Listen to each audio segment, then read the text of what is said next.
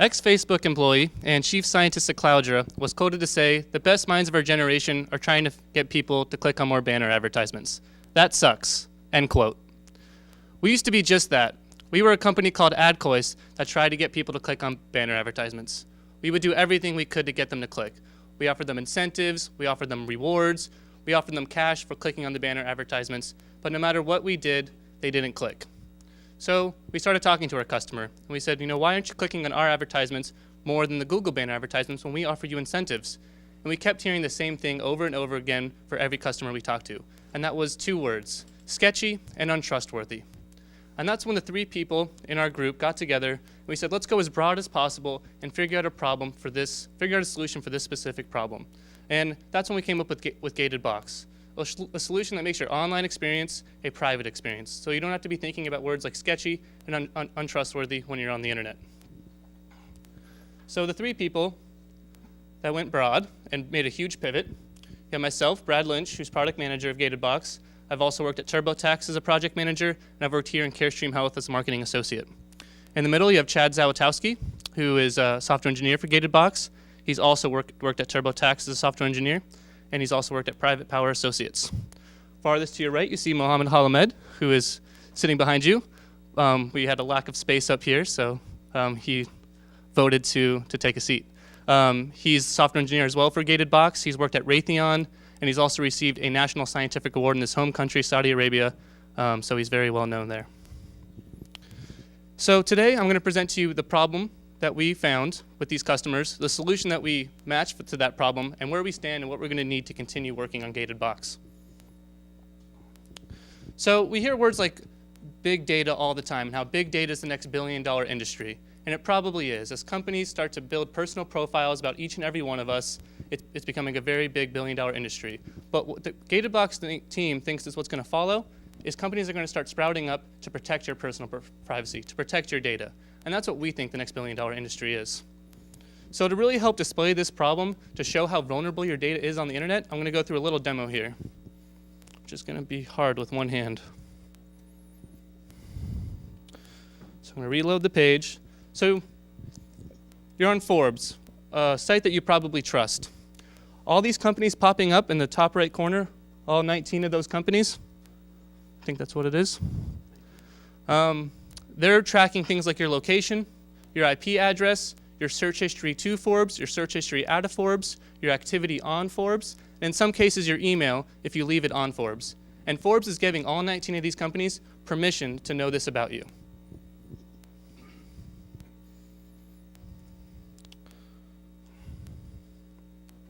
And this displays how the web isn't free. Despite the fact that we don't pay a monthly fee or an annual fee, it's not free. We're paying for it with our personal data and our personal information that they're using to make big data profiles about us. So this leads us to who we thought had the biggest, who's facing this problem the most. And at first we thought it was somebody like Dave. We nicknamed this segment Dave. Somebody who has the most to protect. He has a family, he has an income that he wants to protect. He's not the most tech-savvy person. He uses the browser his computer came with, whether that be Internet Explorer or Safari. But after talking to Dave and showing him our solution for Gated Box, although he liked it, he needed more testimonials, more proof that it really worked. And that's when we realized Dave is kind of in the late majority. So we needed to figure out if the early majority wanted to adopt our solution. So that's when we nicknamed another segment Donna. And we needed to see if Donna wanted to adopt our new technology. She's a Google Chrome user. We found she was a Google Chrome user. But most importantly of all, she signs up for 3 or more things a month. So she's putting her email out there. She has 5 or fewer passwords to manage. So if a hacker gets one password, they can get into many of her accounts. And most importantly of all those things, though, is that she's trying to use something that protects her privacy currently. Unfortunately, it's an insufficient tool. One customer that we interviewed said that they were using private browsing to protect their privacy. Private browsing on your browser doesn't protect anything except from your mom or your family member going on your computer and seeing what your search history is. And Gated Box is in the business of solving something much greater than that. This leads us to the value proposition that we are really providing Dave and Donna. We're providing them safety from hackers or anything like that. Apple, Citigroup, Sony are some companies that have had breaches. Now, despite that they don't have them often, we provide you peace of mind if they do have them. You don't have to worry about your actual data being out there for hackers to see. Next, privacy. Privacy from companies tracking you. And then control. Control over who's sending you emails and who gets your information. So now I want you to imagine you're going to Forbes again. Maybe it's the next weekend now. And you're using gated box this time when you go to Forbes, so you feel confident. So now when you go to Forbes, you have gated box, our solution, up in the top right corner, and all 19 of these companies are blocked. But most importantly, maybe you saw an article that you wanted to read, but Forbes is asking you to put in your email in order to read that article. Well, you say, fine, I'm comfortable with that because I don't have to put in my real email. So what you do is you put in your name, and now you see gated box come up, and you hit gate my email, and a fake email comes up, and a password, and we auto-generate a secure password for you. And as you can see here, you go to gated emails in your dashboard, and you see you just logged into Forbes using this email, which forwards to your real email, and at any time you can block it or unblock it. And the cool thing about this is you can see when Forbes is selling your email. So if they do sell your email, you'll see an email being sent to you from that same email address you just signed up with, and you know that Forbes is selling your email address. In addition, we remember your password for you when you're logging into the service you just signed into, but if for whatever reason you forget, all you have to do is go to the gated box dashboard and hit show password. Now later on, we haven't fixed all the bugs, but it'll ask for your password that you created with gated box to make sure somebody's not hacking into your computer. Now there's much more to your privacy though than just your email and your password. Although we believe that's the core of your privacy, there's more to it than that. So these two features are available now, but things that we want to bring to the future, we wanted gated phone. So you don't have to deal with telemarketing or people selling your phone number. Next, and this is very important, is gated card. So we'll give you a virtual card so you don't have to use your real credit card or debit card information. So if Apple, Citigroup, or another big name company does have a breach, you don't have to worry about a thing. And lastly, we wanted to make a solution specifically for Dave. So once we get enough Donnas for Dave to trust us, we want a specific solution for him. And that's to gate the core of his family, and that's his children. We want to provide a real children's solution, and that's by making sure they don't see inappropriate content, making sure they're not talking to people they shouldn't be talking to. And later on, we want to do a gate passed feature. So anything you did before you came to gated box, any damage that's done or spam you're still receiving, we're going to go through the man labor hours, go contact those companies, and say, hey, please take our customer off that list. So if I convince you that there's actually a problem, and our solution does match that problem, you might be wondering, okay, what other players are in the market if this truly is the next billion-dollar industry? And you're right, there are some other players. There's more players than these 5, but they're for more tech people, and they're very not user-friendly. But these 5 are user-friendly. And as you can see, our biggest competitor is A-Bind. They offer 5 of the 8 solutions we want to offer. So let's spend our time on them. So the big differentiators between A-Bind and us, other than the fact that we have 3 more services, is that technically, you have to get those 5 services that they offer, you have to download 3 different plugins to your browser. You have to manage all 3 of those plugins separately, where ours is one plugin, and you can manage them seamlessly. Business-wise, we have different markets. They're really focusing on the Donnas of the world with no signs of focusing on the Daves to provide a family solution, a solution that really protects more than just things like your email and phone. And this takes us to what our biggest hurdle is. Our biggest hurdle facing us now is gaining our first 1,000 customers. Because we believe if we can hit 1,000 customers, we can start to really make some traction. And first of all, we're going to send out an email to our 100 beta testers, and these are people that we've already interviewed or family and friends who have expressed interest. Next, once we figure out the tweaks and bugs from those first 100, we're going to offer an incentive for a referral program. So that should get us around 150 or 200. Next, we've made an educational promotional video. Part of the problem, there's a lack of awareness about your online privacy. People don't know how vulnerable your information is. And proof of this is that before the NSA scandal, an anonymous search engine, DuckDuckGo, was only getting 2 million searches a day. The day NSA allegations came out, they had a 50% spike, and now they've been getting 3 million searches a day. So once people become aware, they take action. So this will get us to around 1,000 customers. So next is the Daily Dot. We have a connection at the Daily Dot, and they rate articles about startups. They recently wrote about Tinder and Snapchat, which are very popular apps right now. And they get 500,000 views a day. And they said once we get a little more traction and proof that we work, they'd be happy to write an article about us. And this leads us to what we need to really continue working on Gated Box. So it's come to the summer. We've been working on Gated Box for 7 weeks now, but unfortunately we can't keep working on it. So what we need, number 1, is salaries. We can't keep working on it. We have to put food on the table. And you're not just paying for Gated Box, you're paying for its employees. Myself, Chad, and Muhammad Combined, we have great work experience. We work great together, as some people in this room would attest to that. So you're getting your money's worth there. Next, we need marketing. Whether that be expertise or money, once we get to 5,000 customers, we need another plan. We need help to really build awareness about the problem, and that's a solution that matches that problem. It fixes that problem. And lastly, once we get to 10,000, 20,000, 30,000 customers, we have to store our customers' data. Although it's always encrypted, so it can't be breached, at least easily, we need to store that data, and that has a cost associated. Amazon Web Services, which is the cloud. So let's make sure the best minds of our generation are protecting our privacy, not stealing it. Thank you very much. In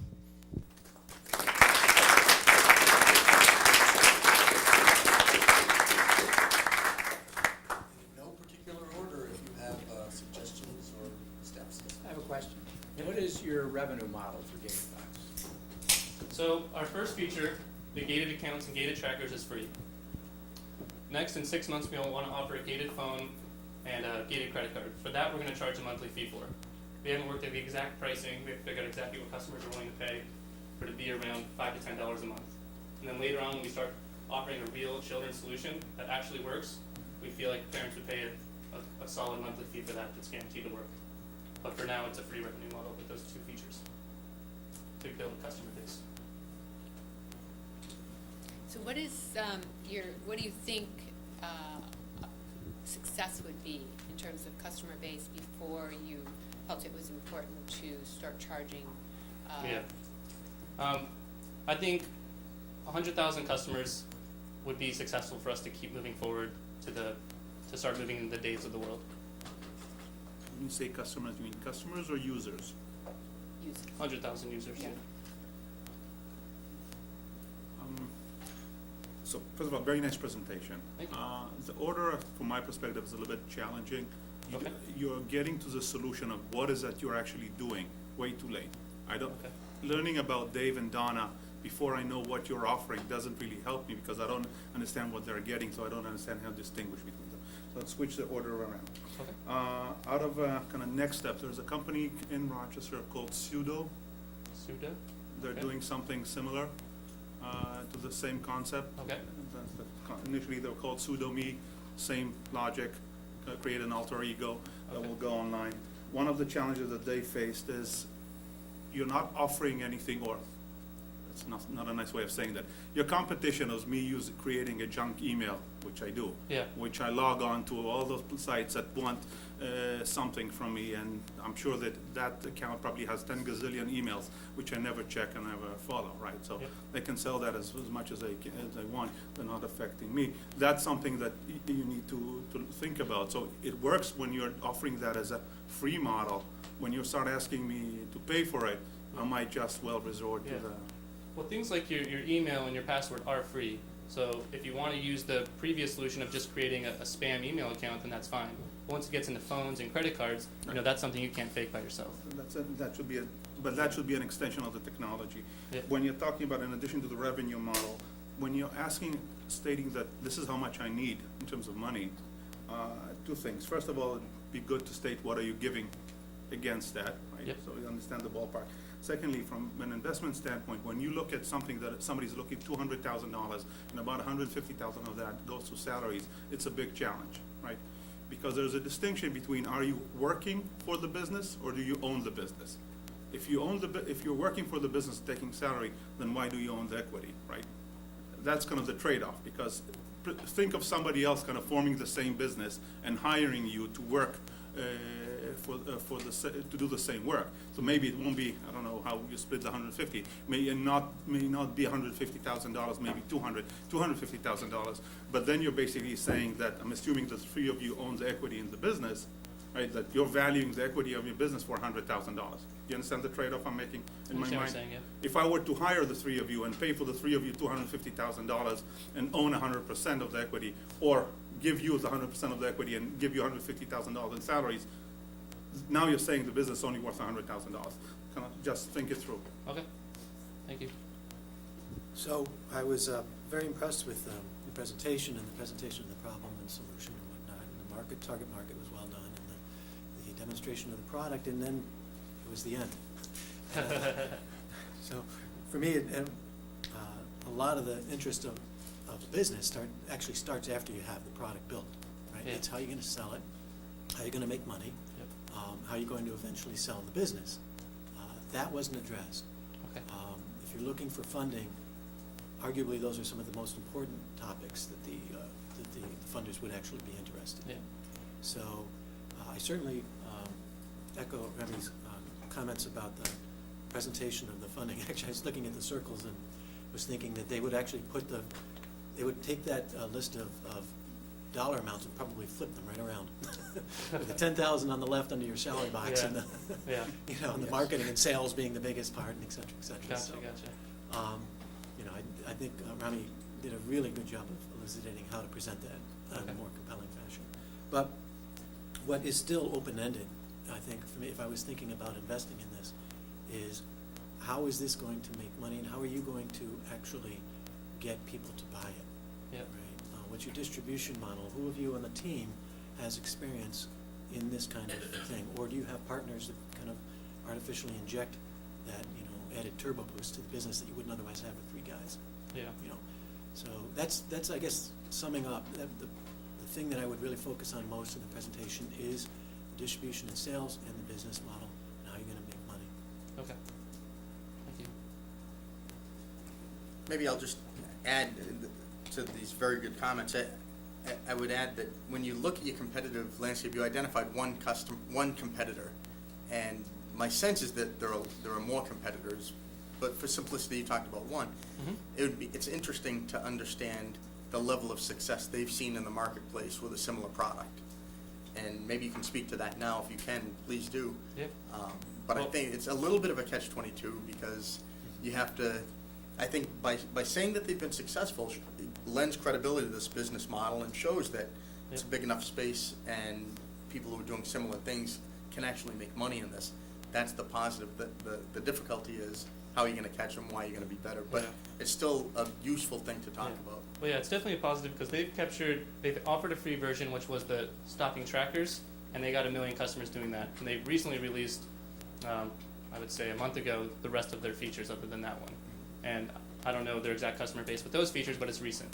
I think it's positive for the reasons you just said, and I think it's still positive because it's a growing market. It's not something like there was officially 20 million people in this market, and it's been around for 10 years. It's a market that's kind of just starting, so they captured the 1 million that are first hearing about it, and I think there's many more to come. So what has that traction done for them in terms of business success? Can you speak if they've been acquired? Do they have any value? If they raised money from? They've raised a lot of money. Can you speak to that? I don't know the exact amount that they've raised, but they've been around since 2009, and they're surviving off investment right now. They just released their paid model, which is right now $5 a month. A couple of observations.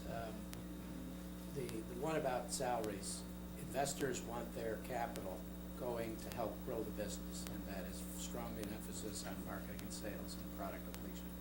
Gotcha. Your timing is very good because we're at a moment where interest in security is extremely high. The NSA scandal is part of that. So the market timing is very good. I would say 2 things. One is you've got to look at competition and beyond at your revenue model. And I understand that you're going to do it for free for a while, but you have to get people to convert and start paying money. I happen to use AVG antivirus free software. Every time I go to update it, they're trying to get me to Pay. buy their paid service. Yep. Until now I haven't. So whether it's an in-app purchase or other ways that you can reach out to the customer base, I think that'll be very important for you to map out as part of Okay. your value proposition creation. The other is ease of use. Yeah. People do not like to have technology get in the way of their habits. And I don't know exactly how you will make this extremely easy and convenient for users, but I think that is very important for you to do. Okay. The presentation was great. I think the comments were very good. So I hope I've added a little something for you. All right, great. I have a couple more comments for you. I thought your presentation was great also. Thank you. And I agree that we need a summary of really where you're going to take this company, what Okay. your goals are for the company. For example, when you say you need this funding, and you have an investor, the investor wants to know what they're getting Yeah. for that funding. So you might want to think about that. And again, to the rest of the comments about salaries, investors like to see that you have skin in the game. What have you put into it, and are you willing to take a reduced salary? You don't have to work for free, but you Yeah. need to work for a reduced salary. Yeah. As kind of to earn your Mhm. business. So a schedule that thought about that, and then a schedule that shows how. Let's just talk about what you just said. You said your competitor took from 2009 to 2013 to get 1 million eyeballs Yep. before they went and put their revenue model together. So somehow they've been funding this project since 2009. Got some kind of venture money backing them, or they're working for free since 2009 to fund that. So what makes you think that you can do that faster with only 100,000 people? That's what you need to think about. What's the difference between what they've done and their success level, and how you are going to work with a slightly different model than that? Okay. Your value proposition to me wasn't compelling enough. Okay.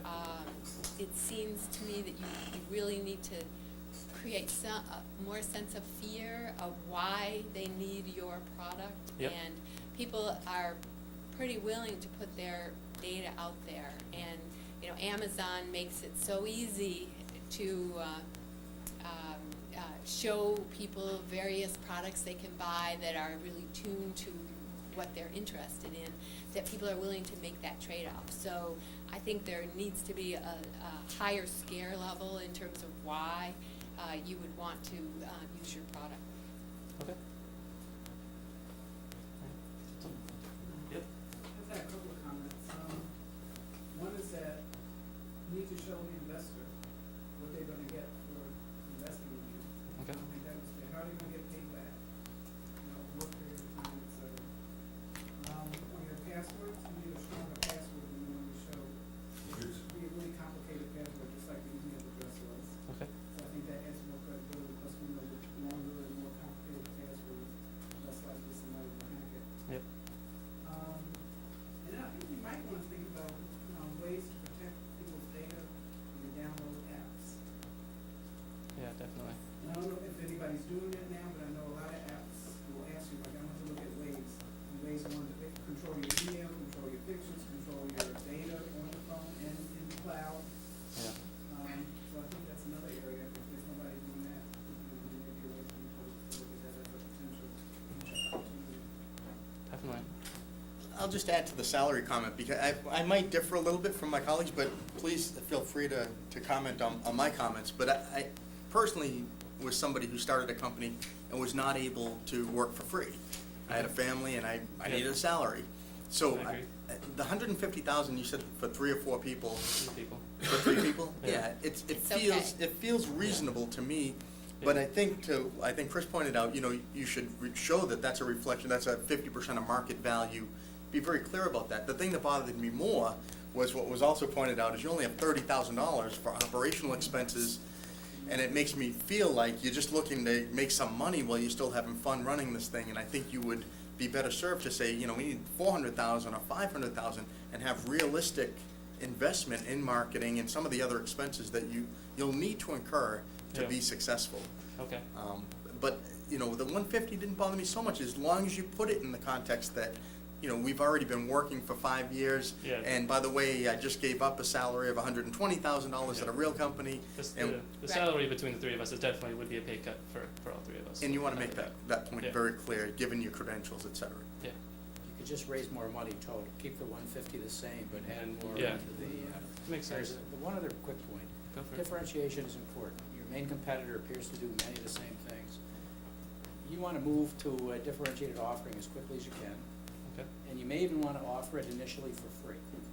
Okay. And grandfather in a certain number of users who would see the benefit of the platform, and that would be a force to talk up that side of the offering. Differentiation, the ability to scale, and be very convenient for the users. That makes sense. We use the Intuit strategy, they were free Yep. until they started charging after you got hooked on the product. Yeah, Intuit's pretty awesome. All right. Anything else? All right, we appreciate your comments. Thanks, guys.